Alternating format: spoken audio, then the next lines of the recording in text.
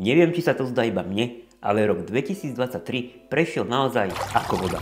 Čas letí veľmi rýchlo. Pre niekoho to mohol byť skvelý rok, pre niekoho zase nie. No a teraz sme tu, na začiatku ďalšieho roku, roku 2024. Každý nový rok prináša nové príležitosti, výzvy a začiatky. Ahojte a vítajte späť na mojom kanáli. Ja som František Mareta a dnes sa s vami podelím o 12 zvykov, ktoré vám pomôžu vytvoriť si najlepší možný rok. Poďme na to. Začneme prvým a to je vybuduj si systém. Stanovujeme si ciele.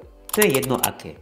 Chcem mať 5000 odberateľov na YouTube, chcem schudnúť. Je dôležité mať ciele, ale o to viac je dôležitejšie mať poriadny funkčný systém, ktorý nám pomôže dané ciele dosiahnuť. Lebo ak nemáme riadny systém, nedosiahneme ciele a stratíme motiváciu niečo dosiahnuť. Pretože vďaka systémom je oveľa jednoduchšie niečo docieliť. Napríklad, ak chcete pravidelne cvičiť, najlepšie spravíte, ak si k tomu prispôsobíte podmienky. Nachystáte si oblečenie na cvičenie deň dopredu a tašku, ktorú beriete do fitka, máte stále na očiach. Tak si vybudujete systém, ktorý vám pomôže viac cvičiť. Toto je jeden zo systémov z knihy Atomové návyky od Jamesa Cleara. Ja to mám napríklad tak s hraním na ukulele.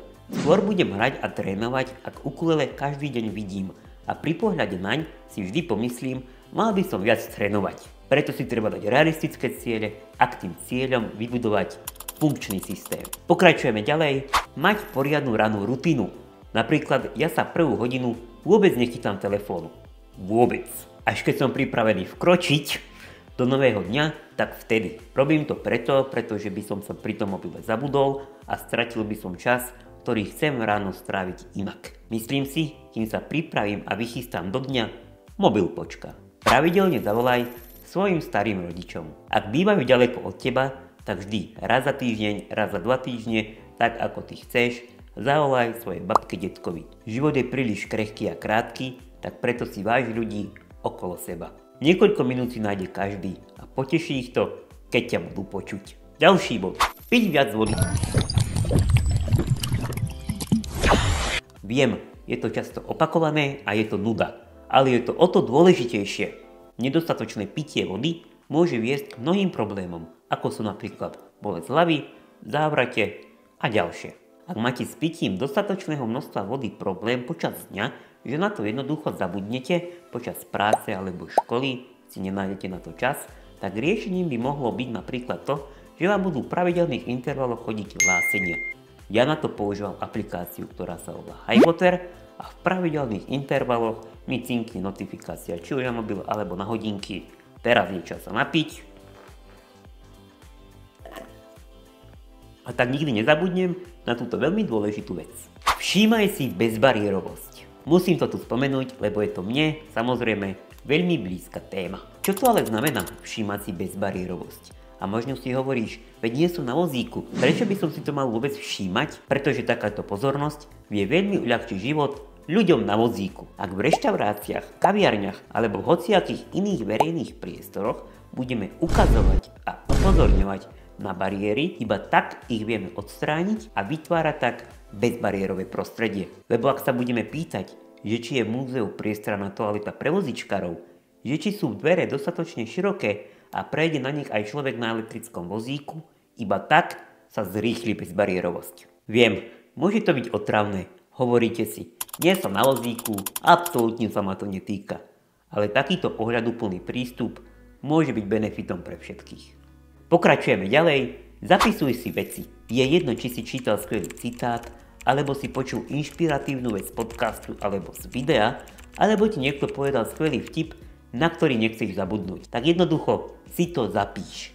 Najrýchlejšie je to do mobilu, kde si to do aplikácie poznámky zapíšete, alebo môžete použiť samozrejme hociakú inú formu, napríklad nejaký zápisníček.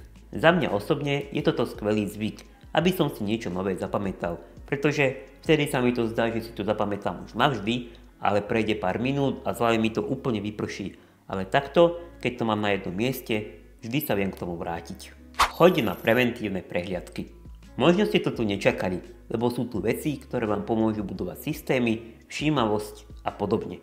Ale ak by ste mali do nového roku, a nielen do nového roku, aplikovať niečo, tak je to práve toto. Je to vec, ktorá vám doslova dokáže zachrániť život. Všetci vieme, čo môže spôsobiť zanedbávanie svojho zdravia, tak preto určite nevynechaj ani tento rok, ani tie ďalšie roky preventívnu prehliadku. A určite o tom povedz aj svojim blízkym. Ďalší bod. Rob nejaký šport. Nemusí to byť len cvičenie. Nájdi si niečo, čo vyhovuje tebe. Môže to byť napríklad behanie, ktoré ti ja neviem odporučiť, ale môže vyhovovať tebe. Alebo plávanie, jazda na bicykli, je to jedno. Toto je tiež niečo, čo ti dokáže zmeniť a výrazne zlepšiť život. Nájdi si niečo, čo ťa baví, pričom dlhšie vydržíš. Akýkoľvek šport je skvelý nielen pre telo, rovnako tak aj pre myseľ. Píš si denník. Ak ste si povedali, že to je vec, ktorá je absolútne zbytočná, tu ťa zastavím. Písanie denníka pomáha pri usporiadaní myšlienok, zlepšuje kreativitu, písanie denníka poskytuje čas na sebareflexiu a tak ďalej. Ak si nechcete viesť fyzický denník vo forme nejakého zápisníčku, tak skvelou náhradou je denník v elektronickej forme vďaka aplikácii Day One, ktorú sám používam. Keď budete aplikáciu používať dlhšie ako rok, tak vám príde hlásenie, že tento deň pred rokom sa stalo toto. A to je pekná spomienka na to, čo ste vtedy zažívali. Určite odporúčam. Pokračujeme ďalej. Nájdi si taký systém na každodenné čítanie, ktorý ti bude vyhovovať. Ja to mám tak, že vždy pred spaním si pol hodinu alebo hodinu čítam. Keď sa mi nechce tak dlho, tak sa snažím vždy aspoň pár stránok. Niekto môže čítať niekoľko hodín v kuse, niekto na druhú stranu zase iba jednu stránku denne. Vždy je to individuálne. Preto si treba nájsť ten svoj spôsob. Lebo stále si myslím, že čítanie je veľmi dôležité, preto sa oplatí nájsť si ten svoj spôsob, ako čítať pravidelne. Predposledný 11. bod.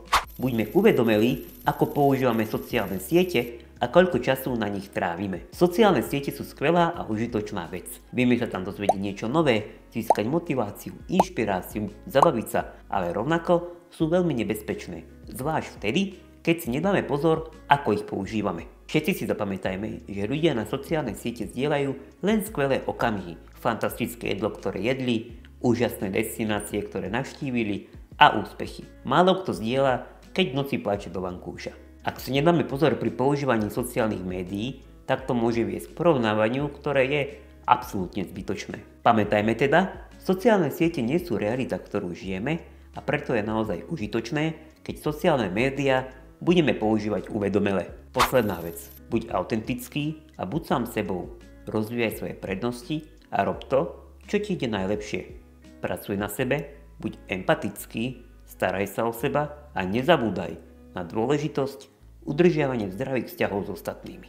Toto sú moje tipy na rok 2024. Budem vďačný za spätnú väzbu a napíšte, či vás bavia takéto videá, lebo mňa veľmi baví rozprávať o takýchto témach. Prajem vám veľa zdravia a úspechov a vidíme sa na budúce. Čau!